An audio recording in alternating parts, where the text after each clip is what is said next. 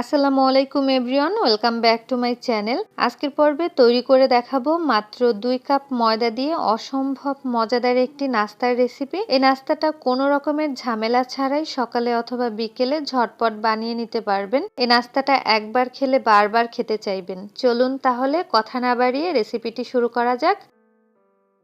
প্রথমেই একটা বাটির মধ্যে আমি 2 কাপ পরিমাণ ময়দা নিয়ে নিলাম। আপনাদের কাছে যদি ময়দা না থাকে আটা দিয়ে করলেও হবে। দিয়ে দিচ্ছি 1 চা চামচ পরিমাণ লবণ আর 1 টেবিল চামচ পরিমাণ ইস্ট। এখন ইস্ট আর লবণটা ময়দার সাথে ভালোভাবে মিশিয়ে নিচ্ছি। মেশানো হয়ে গেলে এর মধ্যে দিয়ে দিব 1 টেবিল চামচ পরিমাণ তেল। তেলটাও আমি খুব ভালোভাবে মিশিয়ে নিচ্ছি। তেলটা মেশানো হয়ে গেছে। এখন আমি হালকা গরম পানি দিয়ে একটা ডো তৈরি করে নিব। আর এখানে কিন্তু গরম পানির পরিবর্তে আপনারা কিন্তু হালকা গরম দুধ দিয়েও এই ডোটা ময়ান করে নিতে পারবেন। একটু নরম করে ময়ান করে নিতে হবে। তো ডোটা কিন্তু এখন হয়ে গেছে। আমি এবার এর উপরে সামান্য একটু তেল মেখে নিচ্ছি। এখন এই ডোটা রেস্টে রেখে দিব প্রায় 20 মিনিটের জন্য। 20 মিনিট পরে আমি এই ডোটা আরেকটু ভালোভাবে ময়ান করে নিচ্ছি।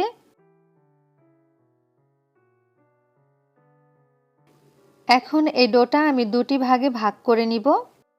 এখন এক ভাগ দিয়ে নাস্তাটি বানাবো আর বাকি ভাগটা ঢাকনা দিয়ে ঢেকে এক সাইড করে রেখে দিব। তো আমি এখন একটা বড় সাইজের রুটি বেলে নিচ্ছি। রুটি বেলার সুবিধার্থে আমি সামান্য একটু ময়দা ছিটিয়ে দিলাম, এতে করে রুটিটা বেলতে সুবিধা হবে।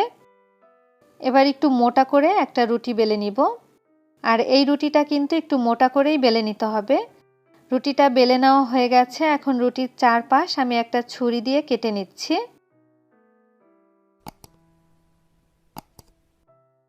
কেটে নেওয়া হয়ে গেছে। এখন বাড়তি অংশটাও আমি তুলে নিচ্ছি। পরবর্তীতে আরও একটি নাস্তা বানিয়ে নিব। এখন মাঝ বরাবর কেটে নিচ্ছি। এরপরে লম্বা করেও কেটে নিব। তো এখন কিন্তু একটা নাস্তা বানানো হয়ে গেছে। ঠিক এভাবে করে আমি সবগুলো নাস্তার শেপ দিয়ে নিব। তো এই নাস্তাগুলো আমি একটা প্লেটের মধ্যে নিয়ে নিচ্ছি। আর প্লেটে যাতে লেগে না যায় সেজন্য আগে থেকে একটু ময়দা ছিটিয়ে নিয়েছিলাম। তো এভাবে করে সবগুলো নাস্তাই আমি বানিয়ে নিয়েছি। এবার একটা ব্রাশের সাহায্যে পানি ব্রাশ করে দিচ্ছি।